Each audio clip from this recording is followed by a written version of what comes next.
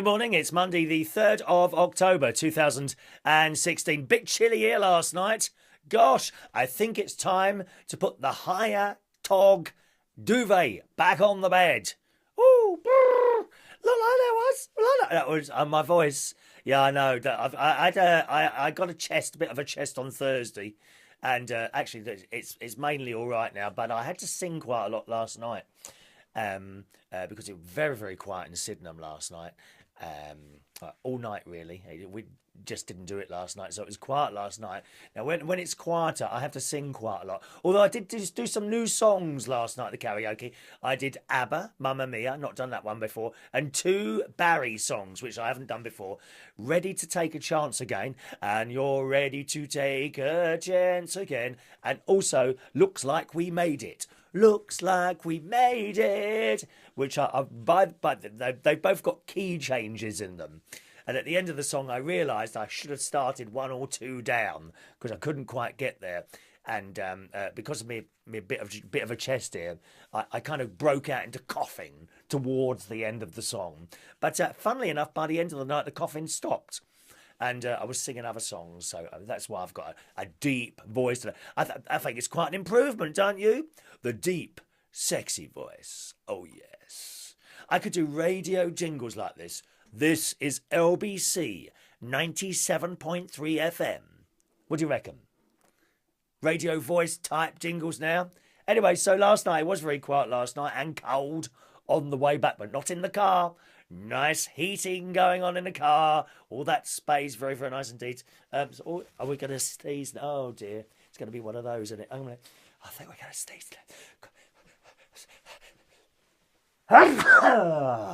Dear me. I do. Do you know what? Because of this sneezing thing, I often do here in our little studio.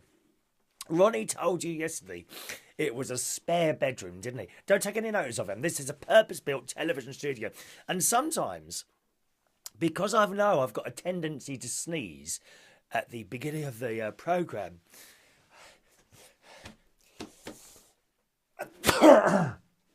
I actually sit here and talk to myself for a few minutes. You know, so if there's a sneeze waiting somewhere in the system, then I think it might bring it out. But it never does. You know, I've talked for a few minutes and nothing happens. It's only when I start talking to you. Oh, dear me. That's when the sneezing starts. And it's strange.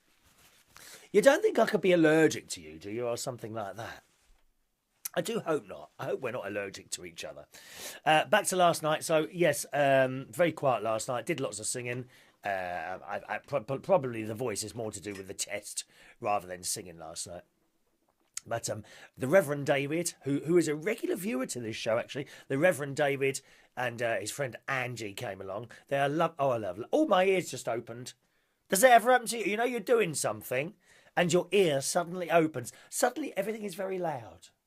I can actually hear an ant crawling past my door downstairs. I can. And I was having a little bit of a chat to Ange, because before I went on holiday last week, she knew I was going to Yorkshire, and she says, you must go to Scunthorpe. Tell me what you think of it in Scunthorpe. So that's one of the places we went, and I thought it was a lovely place. Very oldie-worldy. Oldie-worldy, if you see what I mean. All the shops were different. I don't think there was a single shop along that little beachfront that was a chain. Like a Boots. There was no Tesco Express, no Sainsbury's Fast, no Morrison's Little, no small Waitrose, no car phone there were no mobile phone shops there. There was just nothing there that you would recognise from an ordinary high street. And, you know, that's how it used to be, isn't it?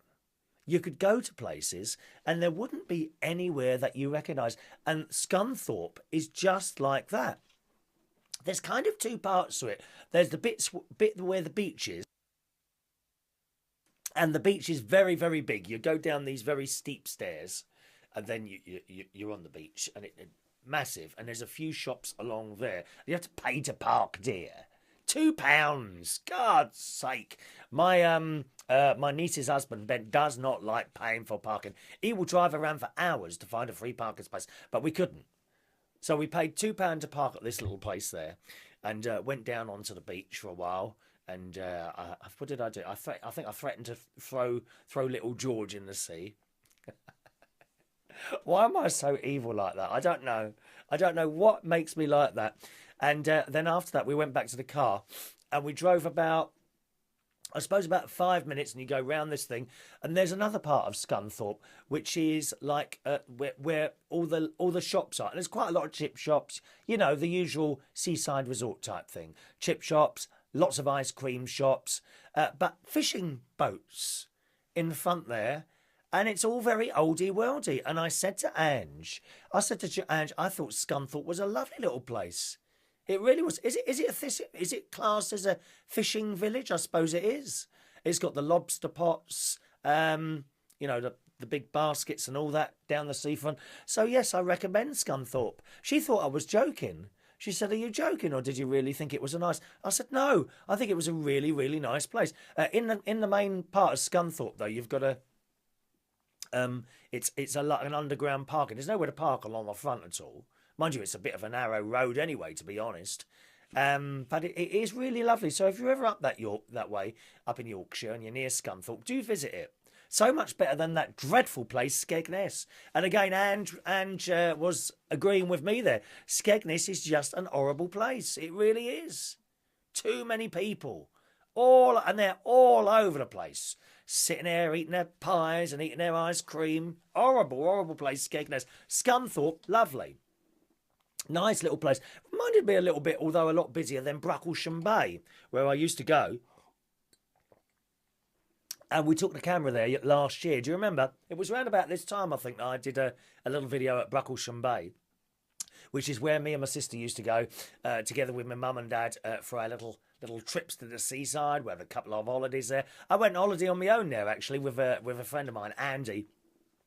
Going back here. Gosh, blimey, 40, 20, over 30 years. We went to a Pontins holiday there, and we had a good time. There was a good laugh there. We did have a good time there. Pontins holidays. Oh yes, it's not there anymore. Replaced by a housing estate. Oh, what a shame. Anyway, so that was last night. We had a little bit of trouble with the karaoke stream last night. Right towards the end, the stand collapsed. There's a little stand that the iPhone sits on top of it, and a little bit of plastic has broken off the bottom, and I can't find it now, so I'll just have to buy a new one, I think. And the thing just tipped over and collapsed last night, so we lost transmission about 10 minutes towards the end, didn't we? So sorry about that if you're watching that. Let's have a look here. 3 things I've got to do, actually. Oh, look, I must show you this. My sister bought me this. Look, isn't that great? It's a photo frame. Now, unfortunately, I think you're supposed to stand it up somehow. Let me try and do that. I don't know. No, there's no hook on the back. So I could put that. I've still got my other photo frame over there that Adam the plumber made me, that I've got to put back on the wall at some point. I wonder if there's room for that as well. Oh, I've got something else. Now, I bought this. I actually bought this in Scunthorpe in a little gift shop. I thought this would be a great thing to hang on the back. Look at that. Do you like this? Look at this. Isn't that great? We need happy thing. Now, I wonder if I could hang it under there. Actually, I don't know if there's somewhere I could attach it there. Could I? Maybe.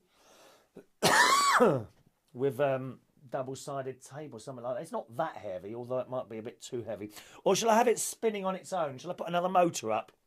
Or I could just put it like that. Would that work? Just putting it like that? No, you want it more 3D, sort of towards the front, don't you? I quite like this. It's got big bulging eyes. Shall I leave it there? Is that too scary for you there? Is that what? Is that an improvement like that? Eh? It's a hairy ball. You can buy them in pairs. Hairy balls. It really can, and they're all different colours. I love this. I've got to find somewhere to put this. Is that crooked? I've got to find somewhere. If I put it at the top, you won't see it at the top there, will you? No. I'll find somewhere. So I'm very pleased with my purchase from Scunthorpe. All together with some rocks. I bought some people rocks tonight. Sticks of Rocks from Scunthorpe for the people of Central Station tonight, because we've got karaoke tonight at Central Station in Wharfdale Road, King's Cross. Do come along. Don't know if I mentioned the new car. I'm having a real squeeze getting into the garage with it. So Ronnie, I had a lovely day yesterday actually. Ronnie came round. We spent a lot of time chatting in the living room, and I've now put a mirror on the back wall in the garage, which has made it a lot easier, at least during the daytime, to get into the garage, because I can see the car now. I can actually see the bottom of the car in the mirror. It's made it a lot easier. Of course, when you're trying to get in small gaps, you only actually need to watch one side. You know, if you're that close that side, then you know in your head you've got a bit more of a gap that side. The mirror has helped, but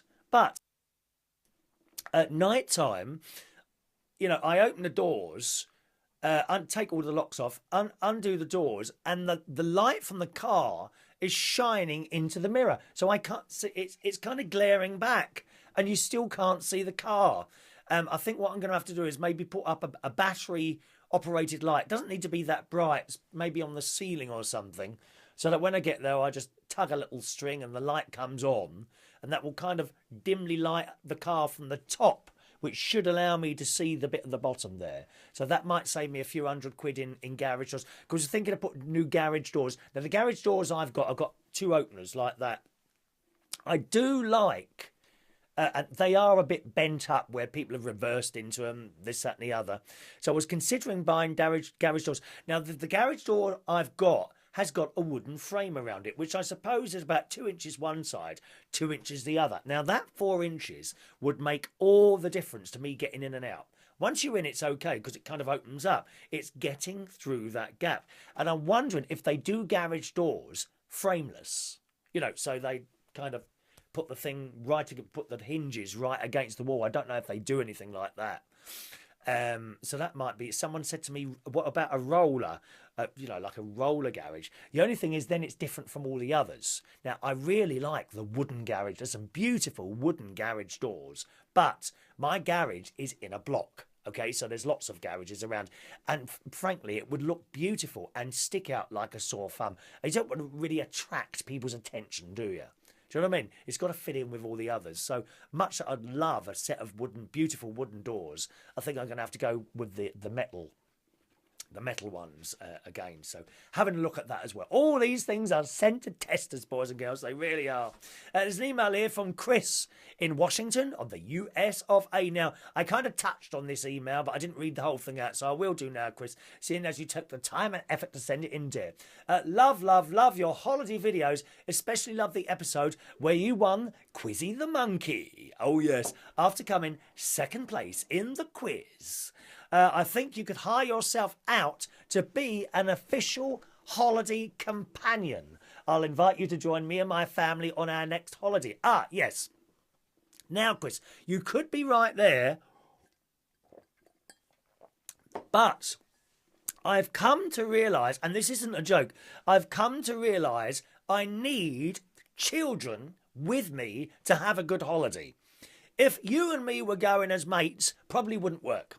Because I've been on holiday many times with friends, good friends, including Ronnie, and it just doesn't work. We end up having rows. However, with children around, doesn't seem to happen.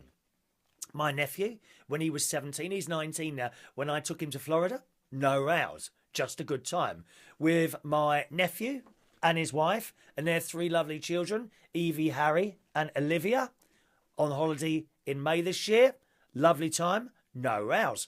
Just been on holiday with Ben, Tracy, George and Ems, or Emily. We call her Ems. I've started calling her Ems. My niece calls her Ems. No rows, just a good time. So, in my head, obviously, I need to have children on holiday with me to have a good time. You see, the thing is, when you're on your own, you're just thinking about yourself. When you're with children, you are second. The children must come first. And for me, it works. I love it. I love it. I did get into trouble a couple of times with my niece for mucking about. I think we might have pushed things a little bit too far, Tracy. Did we push things a bit too far? But on the whole, no trouble with the children. So you need to make sure Though you got children for us to go out and have a good time with as well, you see. They can be, I think, anything up to the age of about, let's have a think, up to the age of about 12. After that, you get that teenage problem, don't you? You know, you get that where they need to be right all the time. I'm not so sure about that. Although when I took my nephew, I mean, he was 17. That's kind of a troubled teenage, if I remember rightly. My 17 was troubled teenage time. And it worked there. So I don't know. So yes, possibly Chris. But do you think I'll hire myself out as an official holiday companion? Now, what would I charge? What would I charge for that? Perhaps I could do an advert within my show advertising me to do that. And the charges would be obviously the holiday itself and travel to there by business or first class. Wherever you are in the world, no problem at all. I would need my own caravan or room, you know, separate, not room in, not like hire a villa and a room in the villa. Oh, no. It would be like, have to be, if you hire a villa. Oh, what's happened? Look, my Union Jack light is flashing at me. What's going on there? Is there a technical fault? Is that an, oh dear. Something's gone wrong. Oh, how exciting that is. Isn't it wonderful when something goes wrong? It's flashing away there. Don't know what's happened to that. Probably the bulb. Yes, so I'll have to have my own room if you're in a hotel, or my own villa if you're hiring a villa, or my own caravan if you're hiring a caravan. And depending, of course, where the caravan is, it must have either central heating or air conditioning, or even better, both. I mean, if we're going to somewhere like Spain or Italy, and it's a caravan holiday, I must have to insist on having air conditioning in there, because they do get very hot caravans. Once that sun's out, they're like ovens, you know, and you're sitting there getting browner and browner, roasting like a turkey. You know, the people of Italy, you know, might open up the caravan and start eating me like that. So yes, I quite like the idea of being hired out as an official holiday companion. You will, of course, have to feed me vegetarian food. What else? I must have 2 hours sleep in the afternoon. That's about it, I think. I don't think any other payment would be necessary. Maybe a small amount of money to spend per day, like £100. £100. What's that in euros? I don't know what that is in euros. Stop talking to me about that monopoly money, dear. Euros? I've got to get some of those for France. How awful. I think I should go to Disney with my nephew and his family and insist that they take pounds and pence. Absolutely, you will take sterling. We will not be spending euros here. How dare you insult us? Euros? Yeah, I'm a bit worried about that France trip.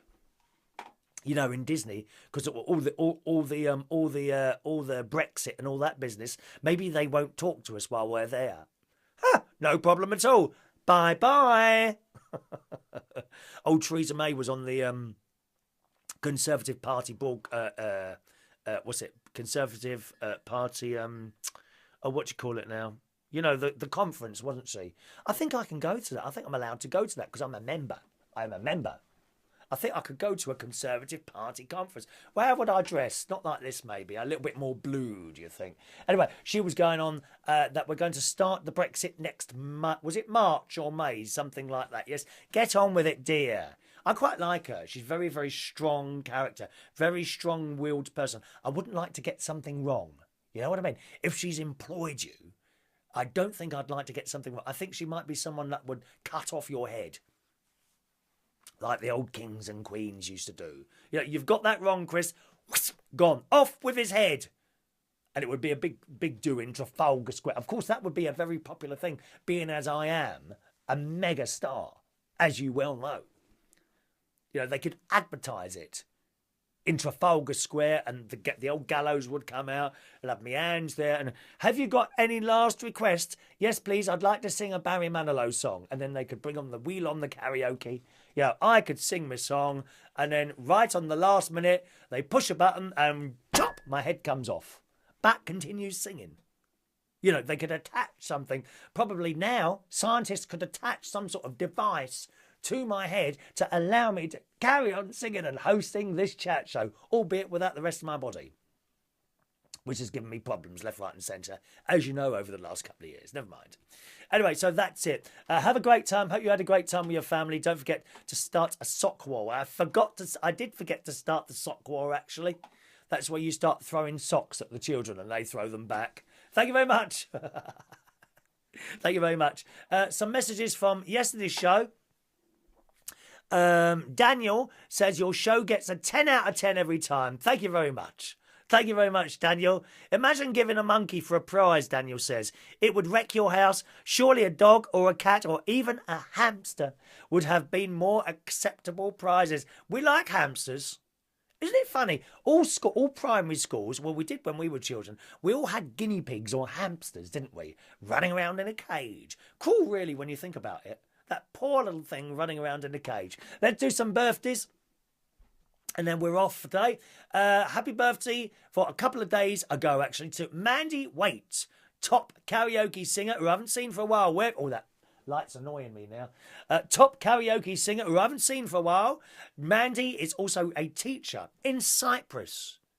She commutes to Cyprus to teach. How fantastic is that? Well, I'd hate it. I can't stand flying, Mandy. Oh, it gets on my nerves. That's why I'm so pleased I discovered these caravans. But happy birthday for the other day, Mandy. All right, hope to see you soon, my darling. Happy birthday today to Carla Nash. My lovely, lovely Carla Nash, who I spent some years with working at Belushi's in London Bridge. And we had the best time in there. I had a wonderful, wonderful 5 years working and doing the karaoke at Belushi's in London Bridge.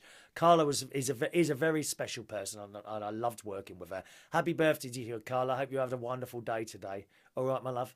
Happy birthday to Jennifer Brehaut. I think I've got your name right. Brehaut. Brehaut.